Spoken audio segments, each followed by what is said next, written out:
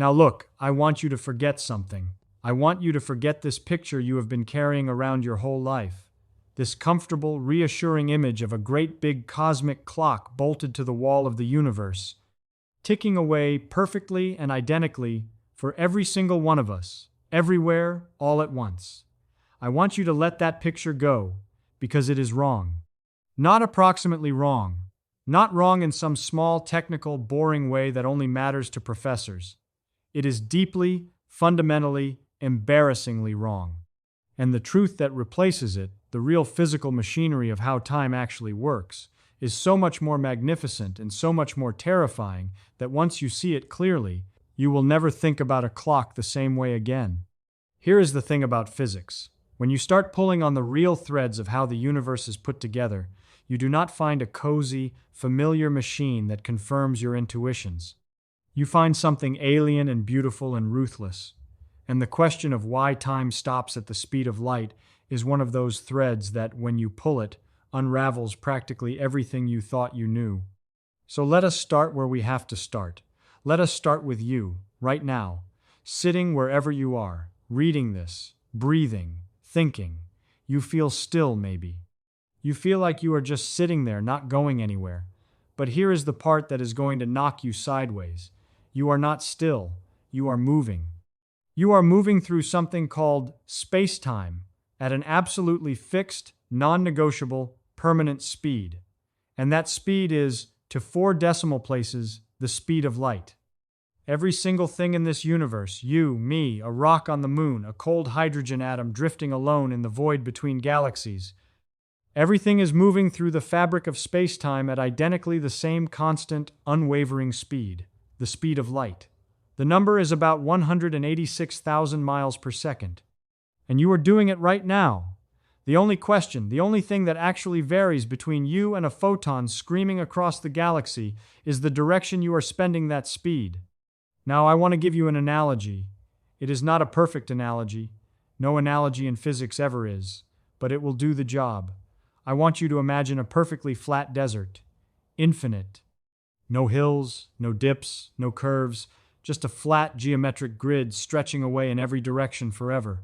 And you are in a car on this desert, but this is a very special car. Someone has welded the gas pedal permanently to the floor. You cannot take your foot off it. You cannot slow down. You cannot speed up. You are doing exactly one constant speed all the time with no exceptions. 1 billion miles an hour, let us say, because we are talking about physics and we can be dramatic about it. Now, in this desert, there are 2 directions that matter. There is north, which in our analogy represents the direction of time, moving forward through the moments of your existence. And there is east, which represents the directions of physical space, moving through the 3 dimensions of the physical world around you. If you point that car perfectly north and you drive, you are making maximum progress through time. You are aging, your coffee is getting cold, your hair is growing. All of your cosmic speed budget, all 1 billion miles an hour of it, is being spent on northward time travel. And because of the rigid geometry of the flat desert grid, the moment you are pointed perfectly north, you are making 0 progress eastward. None. You are not moving through physical space at all. But now imagine you yank that steering wheel, violently, completely, all the way to the right. Now you are pointed perfectly east. You are screaming across the physical space of the desert at the full 1 billion miles an hour, maximum speed through space. And here is the cruel, non-negotiable geometry of the grid. The moment your car is pointed perfectly east, your northward progress drops to 0, not approximately 0, mathematically, completely, absolutely 0. You cannot have both. The grid does not allow it. The desert does not care about your preferences. The geometry is what it is, and it is completely indifferent to what you want. That is space-time. That car, that desert, that welded gas pedal. That is you. That is every object in the universe. The speed is fixed, the direction is the variable, and the cosmic geometry is every bit as rigid and unfeeling as that flat desert grid. Now let us get more precise about the physical reality here, because the analogy can only take us so far, and the real physics is better than the analogy. Space and time are not 2 separate things. That is the first and probably most important thing to understand. Before Einstein worked this out in the early 1900s, everyone, Newton included, thought of space as the stage and time as some separate, independent thing that happened to run alongside the stage. A universal background clock, ticking at the same rate for everyone, everywhere, no matter what. Absolute time, Newton called it, and it is wrong. What Einstein showed, and what every experiment we have run since then has confirmed with extraordinary precision, is that space and time are woven together into a single physical fabric. We call it spacetime. Not space and time, but spacetime, one thing. 4 dimensions, 3 of space and 1 of time, all bound together into a single geometric structure that is as real and as physical as the table in front of you. And through this 4-dimensional fabric, every object in the universe moves at precisely one speed, the speed of light. This is not a law that was handed down from somewhere. It is a geometric consequence of the structure of space-time itself. It is the way the fabric is put together. You do not get to negotiate with it any more than you can negotiate with the fact that a flat desert grid forces your car into a trade-off between north and east. Now here is where it gets deeply strange. Because when I say you are moving through space-time at the speed of light, I mean that the combined magnitude of your motion through space and your motion through time always adds up to the speed of light. Always. Constantly. Without exception. When you are sitting completely still in space, as still as you can physically manage, all of that motion is going into the time direction. You are moving through time at the maximum possible rate. Your clock ticks fast. You age at the maximum speed allowed by the laws of physics. But the moment you start moving through space, something happens. Something geometrically unavoidable. The universe takes some of your time motion and converts it into space motion. The faster you move through space, the more of your cosmic speed budget gets redirected away from the time direction, and the slower your personal clock ticks. This is not a metaphor. This is not a poetic way of saying something that is really happening differently underneath. This is the actual physical mechanism. Moving through space slows your clock down. We have measured it. We have put atomic clocks on airplanes and confirmed it. We have measured the time dilation of particles screaming through our particle accelerators at fractions of the speed of light. A muon, a heavy cousin of the electron, created by cosmic rays high in the atmosphere, should decay far too quickly to ever reach the ground. But it does reach the ground, because it is moving so fast through space that its internal clock is running slow, and from our perspective it survives far longer than it otherwise should. The physics is real. The dilation is real. And as you increase your speed through space, moving faster and faster, using more and more of your cosmic budget on spatial motion, the rate at which your personal clock ticks gets slower and slower. It does not happen in a way you would notice at the speeds of everyday life. You would have to be moving at a significant fraction of the speed of light before the effect became dramatic. But it is happening. It is always happening. Every time a particle moves, the geometry of spacetime is silently, ruthlessly redirecting that particle's motion between the space and time directions. Now imagine pushing this to its limit. Imagine an object accelerating faster and faster through space, using more and more of that fixed cosmic budget on spatial motion, leaving less and less for time. As the object approaches the speed of light, its clock slows down more and more, grinding towards stillness. Time, for that object, begins to creep and stutter. And then you hit the wall. The absolute wall, the speed of light. At the speed of light, all of the fixed cosmic budget, the entire 1 billion miles per hour of that permanently floored gas pedal is spent on motion through space. None of it, not a single unit of it, is left over for motion through time. The clock does not run slowly. The clock does not run at all. Time, for an object moving at the speed of light, has stopped completely. This is not a mechanical malfunction. Nothing has broken. The universe has not made a mistake. This is a pure, clean, geometric consequence of the structure of space-time. When your car is pointed perfectly east, northward progress is 0. When all of your cosmic motion is in the space direction, time motion is 0. The math is the same. The physics is the same. The universe is just doing what its geometry requires. Now a massive object, an object with mass, a rock, a person, a particle with weight, cannot actually reach the speed of light. The reason is also geometric, and it is related to the same structure. To push a massive object faster through space requires energy. And as the object moves faster, as it redirects more of its cosmic budget towards space, its resistance to further acceleration, what we call its relativistic mass, increases. The closer you get to the speed of light, the more energy it takes to push any further. To actually reach the speed of light would require infinite energy, so massive objects are locked out. They can get arbitrarily close, but they can never arrive. But light itself, a photon, a particle of pure electromagnetic energy with no mass whatsoever. Light does not have to climb toward the speed of light. It is born at the speed of light. It has no choice in the matter, in the same way you have no choice about whether gravity pulls you down.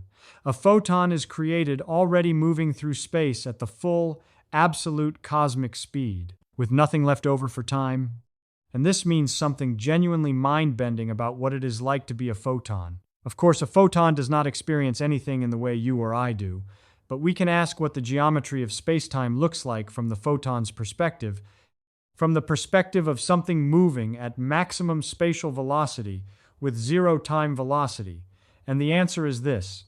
From the perspective of a photon, there is no past, there is no future, there is no duration. The moment of the photon's creation and the moment of its absorption are not separated by any time at all. They are identically the same instant, the same timeless mathematical point. A photon that was emitted from a star 8 billion years ago, that spent what we would measure as 8 billion years crossing the universe, traveling trillions upon trillions of miles through intergalactic space, arriving finally at your eye, where its energy is absorbed and triggers a cascade of biochemistry that produces the sensation of light. That photon experienced none of that journey. It did not wait. It did not travel.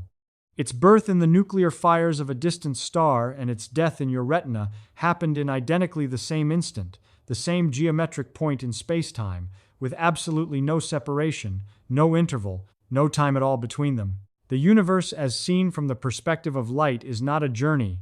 It is a single, frozen, timeless point. Now that should bother you. That should make you stop and sit with it for a moment, because it is genuinely strange. We are not used to thinking about the universe this way. We are used to thinking about time as the most reliable, most inescapable feature of our existence. We can argue about space. Two people can disagree about how far away something is, depending on where they are standing. But time, we feel, should be universal. The clock on the wall should be the clock in your heart. The same seconds should tick for everyone. But they do not. The geometry of space-time simply does not allow it. Space and time are exchangeable. Your motion through space comes directly at the cost of your motion through time.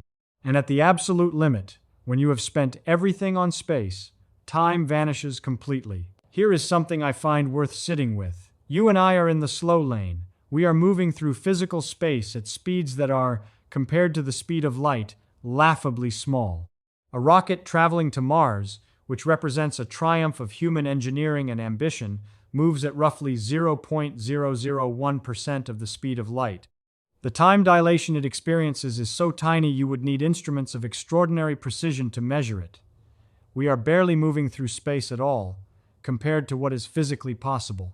And because of that, because we are spending almost none of our cosmic budget on spatial motion, almost all of it is still going into the time direction.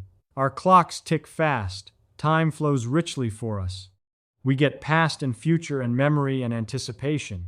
We get the sensation of duration, of one thing following another, of causes producing effects, of stories with beginnings and middles and ends. The photon has none of that. The photon exists in a permanent, frozen, instantaneous now. In a peculiar way, the fact that we are slow, the fact that we are massive and lumbering, and nowhere near the speed of light, is precisely what gives us the richness of temporal experience. Our slowness is our gift. And I find that genuinely beautiful, not in a sentimental way, in a physics way, in the way that the most beautiful things in physics are always the things that could not possibly be otherwise, given the structure of the laws. We did not choose to live in the slow lane. The universe arranged itself so that matter, the kind of stuff that forms rocks and oceans and people and curiosity, is massive. And massive things cannot reach the speed of light. We are structurally guaranteed to have time. It is not a gift given to us by something beyond the physics. The physics itself is what keeps our clocks ticking. There is something I want to be honest about. The Feynman approach, if I can claim to speak in that tradition even slightly, always insisted on being honest about what we know and what we do not know. And the honest thing to say here is that while the geometry I have described to you, the trade-off between motion through space and motion through time, is spectacularly well confirmed by experiment, the deep question of why spacetime has this particular structure, why the geometry is Lorentzian and not something else, why there is a maximum speed at all, that question is not fully answered. We have the equations, we have the measurements, we have the ability to make predictions of extraordinary precision, but the why behind the structure itself, the reason the desert is flat and the budget is fixed, that sits at the edge of what physics currently knows. And that is fine. That is better than fine. That is the situation we always want to be in as scientists, right at the edge of what we understand, with a perfectly clear view of where the known territory ends and the genuine mystery begins. What I do not want you to do is retreat from this geometric reality back into the comfortable myth of the universal ticking clock. The clock on your wall is not ticking at the same rate as the clock on a GPS satellite in orbit. It is not ticking at the same rate as the clock in your car when you are driving. The differences are tiny, and in everyday life they do not matter, but they are real, and we correct for them constantly in our technology because if we did not, our GPS systems would drift by kilometers per day. The universe insists on its own geometry, even when it is inconvenient. The picture I want to leave you with is this. Every object in the universe, every particle, every atom, every rock, every person, every star, is right now spending its fixed cosmic speed budget somewhere on the two-dimensional dial that trades off space motion against time motion. Most of the matter in the universe is clumped together in massive objects, moving slowly through space, spending most of that budget on time, getting a rich, flowing river of temporal experience as a consequence. Light, massless, born at full speed, spends it all on space, and in return gets a frozen, timeless, instantaneous existence that stretches from the beginning to the end of its path without a single tick of a clock. The universe does not do this because of a rule someone wrote down. It does not do this because of a mechanism that could in principle be adjusted. It does this because of the fundamental geometric structure of the physical fabric of existence. The shape of space-time is the reason. The geometry is the explanation, and the geometry is not going to change to suit our intuitions. There is more wonder in sitting with that geometric truth, in letting the structure of four-dimensional space-time rewrite your understanding of clocks and motion and light, than there is in any comfortable story about universal ticking and synchronized moments. The comfortable story is wrong. The true story is stranger and sharper and more beautiful than anything the comfortable story could ever offer you. And that is physics. That is what it feels like when you actually look at the universe and let it show you what it is, rather than what you want it to be.